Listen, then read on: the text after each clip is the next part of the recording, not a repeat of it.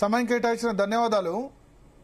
Thank you అండి. చెప్పండి రాకేష్ రెడ్డి గారు, ఏంది నిజామాబాద్ జిల్లాలో ఎట్లా ఉంది భారతీయ జనతా పార్టీ ఉమ్మడి జిల్లాలో పరిస్థితి? అంటే ఇప్పుడున్న మా రాష్ట్ర ముస్లిం ముఖ్యమంత్రి రేవంత్ ఖాన్ అంటే ఆయన రేవంత్ వద్దీనని మీ రాష్ట్ర పార్టీ అధ్యక్షుడు రామచంద్రరావు చెప్తే నేను రేవంత్ వద్దీనైనా పిలిపించుకునే సిద్ధమనే చెప్తున్నారు ఆయన. నేను అదే చెప్తున్నాను. అంటే నేను ఉదాహరణకి ఎందుకు చెప్తున్నాను, ఇంకా అంతకన్నా దిగజారిన ముఖ్యమంత్రి మేము చూడలేదు రాష్ట్ర చరిత్రలో. ఉమ్మడి రాష్ట్రం కావచ్చు, ఇంత రాష్ట్రం కావచ్చు. కాంగ్రెస్ అంటే నేను అనేది ఏంటంటే నాకు అర్థమైపోయింది కదా, నాకు తెలిసి మాకున్న ఇన్ఫర్మేషన్ త్వరలోనే మతం కూడా మారుతున్నాడని. ఎట్లా ఎట్లన్నా ముస్లింల పాలవుతున్నది. నిజామాబాద్ లో ముస్లిం 42% అయినా మతం మార్చుకున్న ఉద్దేశంతో ఇక్కడనేనండి హిందువులు తెలుసుకోవాల్సింది ఇదే. అభివృద్ధితో పాటు ఆత్మగౌరవం, అభివృద్ధితో పాటు ఆత్మగౌరవం. ఈ రోజు స్మార్ట్ సిటీస్ కావచ్చు, రైల్వే ఆధుకరణ కావచ్చు, లేకపోతే వందే భారత్ ట్రైన్ ఇక్కడ కూడా త్వరలో శాంక్షన్ అవుతుంది. ఈరోజు నిజామాబాద్ జిల్లా అభివృద్ధి 6 బ్రిడ్జిలు కావచ్చు, అవినీతి లేని ఒక ఎంపీ ఈ రోజు మొత్తం ఒక చిన్న ఆరోపణ లేని అవినీతి లేని ఎవరు ఉన్నారంటే ధర్మపురి అరవింద్ గారు. ఓకే, మేము అదే చెప్తున్నాం. ఇందులో కూడా నిజమే. అడా నువ్వేమన్నా చేయు, ముస్లింస్ కు వాళ్ళకి బియ్యం ఇయ్యు, ఇల్లు ఇయ్యు, ఏదని మొత్తం బంగారం, ఇంటికి కిలో బంగారం ఇయ్యు, ఆ మతానికే ఓటేస్తాడు. కాంగ్రెస్ లో నమ్మకమేదా? కాబట్టి మేము అభివృద్ధితో పాటు చెప్తున్నాం, ఆత్మగౌరవం గురించి చెప్తున్నాము, ఆత్మాభిమానం గురించి చెప్తున్నాం. వీళ్ళు మమ్మల్ని మొత్తం హిందువుల మీద ఏమేమి విషయం పోయాలో అట్లా చేస్తున్నాను. నేను రేవంత్ వచ్చినట్లకి అయిపోయాయిగా. కాంగ్రెస్ పార్టీ అంటే ముస్లిం పార్టీ, ముస్లిం పార్టీ అంటే కాంగ్రెస్. ఎవరైనా సెక్యులర్ ముఖ్యమంత్రి ఇట్లా మాట్లాడతారా? సెక్యులర్ అంటే ఏంది? అన్ని మతాలకు సంబంధించిన పార్టీ అదేనా కదా భరత్ గారు? మరి ముస్లిం పార్టీ అంటే మరి మా హిందువుల పార్టీ ఏందో చెప్పు కదా. మరి హిందువులకనే ఉండాలిగా ఈ సన్నాసులకు. మన పార్టీ ఏదో తెలుసుకోరు కదా మీరు. మన పార్టీ తెలుసుకునే మనం బతాము. మమ్మల్ని కులాల మధ్య విడవటము, లేకపోతే రకరకాల ఆరోపణలు చేసి విడవటము.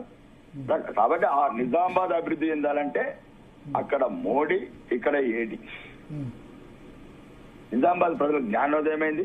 ఇంతకు ముందు కూడా అంత సమస్యలు కూడా ఇంతకుముందు 28 వచ్చాయి కానీ మరి మళ్ళీ మీకు చైర్మన్ పీఠం రాలేదు. ఇప్పుడు వాళ్ళు వీళ్ళు ఒకటే కదండి. అప్పుడు టీఆర్ఎస్ ఎంఐఎం ఒకటే, ఇప్పుడు కాంగ్రెస్ ఎంఐఎం ఒకటే. అంతా హిందూ వ్యతిరేకలండి వీళ్ళు. మేము ఎట్లా నెట్టుకు రావాలా, వీళ్ళని చైతన్యపరచాలా, కలబడాలా, బతకాలంటే ఈ రకంగా పోరాటం చేయాల్సి వస్తుంది బీజేపీకి. హిందువులు తెలుసుకుంటే మాకు సమస్య ఉండదు. ఇప్పుడు ఒకటే చెప్పండి, అప్పుడు ఇవేం వచ్చినాయి. అప్పుడు టీఆర్ఎస్ ఏం చేసింది, అన్ని రకాల ఎక్సాప్షన్ నెంబర్స్ కావచ్చు, లేకపోతే ఎంఐఎం రెండు కలిపి వాళ్ళు పరిపాలించి. ఇప్పుడు అంటే కాంగ్రెస్ వాళ్ళ ధైర్యం అంతా హిందువులని అంటే ఆ రకం అనామకులు వేయటము, వాళ్ళ మీద అపనిందలు మోపడం, బీజేపీ మీద మైనారిటీ ప్రజలైన ముస్లిం అంటే రెచ్చగొట్టడం. అభివృద్ధి ఎట్టిపోతున్నది. ఇప్పుడు ఇంత అభివృద్ధి చేసాం దేశంలో కావచ్చు. దానికి ఫర్ ఎగ్జాంపుల్ అనుకుందాం, ఈ రోజు ఒక్కడని అడగండి, ఇప్పుడు Armoor MLA, Nizamabad MLA, Nizamabad MP గురించి ఏవైతే రేవంత్ ఖాన్ ఉన్నాడో ఈ రాష్ట్ర ముఖ్యమంత్రి, అందరూ అడగండి. అంటే ఒక ఇంటెలిజెన్స్ డిపార్ట్మెంట్ ₹1 అభివృద్ధి చేసాము, ముగ్గురం బీజేపీ వాళ్ళం, ఇంత పవిత్రంగా ఉన్నాం అంటే. కాబట్టి నిజామాబాద్ ప్రజల మీద మాకు సంపూర్ణ నమ్మకం ఉంది. గతంలో సారి 28 ఇచ్చారు. అప్పుడు ఎవరైతే ఎంఐఎం బీఆర్ఎస్ ఉన్నారో ఎక్కడెక్కడైతే హిందూ వార్డు ఉన్నాయో చాలా వాళ్ళు డెవలప్ చేయలేదు మున్సిపల్ ఫండ్స్ తోటి, ప్రత్యేకంగా బైన్సాలాగా. ఇప్పటికైనా మారి మన హిందూరు మన మేయర్ అనుకుంటే అనుకోవాలి. మేయర్ వస్తుందా? కానీ ఎందుకంటే ఇప్పుడు 21 సీట్లు అది ఏమంటారు ముస్లిం ప్రాబల్యం కాబట్టి అది మజ్లిస్ బీజేపీకి అయితే రావు. అవి కంపల్సరీ క్లియర్ అవ్వదు, సమస్య లేదు కదా. ఇంకా ఈ 39లోనే రావాలి మీకు. ఈ 39లోనే 30 పైగా రావాలా? నిజామాబాద్ ప్రజల మీద నమ్మకం ఉంది మాకు సంపూర్ణంగా. 28 నుంచి అప్పటికిప్పటికి అంటే 5 ఏళ్లకి ఇప్పటికి హిందువుల చైతన్యం పెరిగింది. బంగ్లాదేశ్ ఘటనలు కావచ్చు, ఇప్పుడు రేవంత్ ఖాన్ మాట్లాడుతున్న మాటలు కావచ్చు, మైనారిటీలకు పెద్ద పీటేస్తున్న అతని ప్రభుత్వ తీరు కావచ్చు, హిందువులని ద్వితీయ శ్రేణి పరులుగా చూస్తున్న రాష్ట్ర ప్రభుత్వ నేత కావచ్చు, ఇవన్నీ ఇప్పుడు చదువుకున్న వాళ్ళే. ఇప్పుడు నిజామాబాద్ అంటే రూరల్ కాదు కదండి, పల్లెటూరు అయితే మేము ఏదో చెప్పగలుగుతాం, వాళ్ళకి అర్థమవుతుంది, కొన్ని అర్థం కావు. చదువుకున్న వాళ్ళు, వ్యాపారాలు చేస్తున్న వాళ్ళు, చార్టెడ్ అకౌంట్లు, లాయర్లు, దేశ రాజ్యాంగాన్ని చదివిన వాళ్ళు, నిజామాబాద్ జిల్లాలో అన్ని రకంగా ఆర్థికంగా బలపడి స్థిరపడిన వాళ్ళు నిర్ణయించుకోవాలా ఇది భరత్. వాళ్ళ భవిష్యత్తుకు ఉన్నది ఒకటి, భారతదేశంలో భారతీయ జనతా పార్టీ ఒకటే, అది చెప్పగలుగుతున్నాము. వాళ్ళకి సంపూర్ణ నమ్మకం ఉంది మాకు. వాళ్ళు ఆల్రెడీ అంటే ఈ భారతీయ జనతా పార్టీని ఆదరిస్తని అలానే ముస్లింస్ కూడా కొందరు ఈ మధ్యన మారుతున్నారు.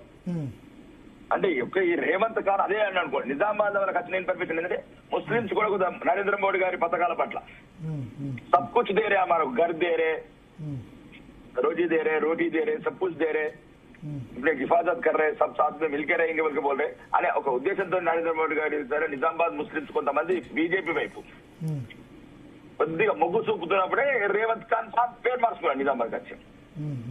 ఇది ఎక్కడికో పోతుంది, ముస్లింస్ హిందువులు ఒకటైతే అప్పటి కదా కాంగ్రెస్ వాళ్ళు దేశాన్ని విడగొట్టినట్టు. మళ్ళీ ఇప్పుడు హిందూ ముస్లింస్ ఒకటి కాంగ్రెస్ పార్టీ ఉండదు కదా భరత్. నిజామాబాద్ లో కూడా 4 ముస్లింస్ కి ఇచ్చారు కదా సీట్. నిజామాబాద్ లో మీరు 4 ముస్లింస్ కి ఇచ్చారట కదా సీటు?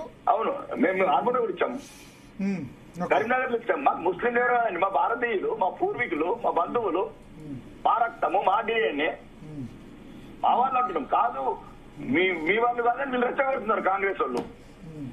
ఎందుకంటే ఇటలీ నాయకత్వం మా దేశం కాదు, మా ధర్మం కాదు రాహుల్ గాంధీ గారిది, అటువంటి ఇంకా విద్వేషం పోతున్నది. విద్వేషం తప్ప విధ్వంసం తప్ప ఈ కాంగ్రెస్ పార్టీ చేసేది తెలంగాణని మొత్తం ప్రజలు ఎక్కడ దగ్గర ఉంటారు. బంగారం ఎటువే, 4,000 పెన్షన్ ఎటువే, ఇట్లాంటి దుర్మార్గులు చూడలేదని, ఇంత అబద్ధాల కోర్లు చూడలేదని, 2,500 అమ్మాయిలకు స్కూటీలు, ఆడబిడ్డలకు, నిరుద్యోగులకు అసలు భారతదేశంలో 29 రాష్ట్రాలలో ఎంత అబద్ధాల కోరిన ముఖ్యమంత్రి అందులో రేవంత్ రెడ్డి ఒక్కడే.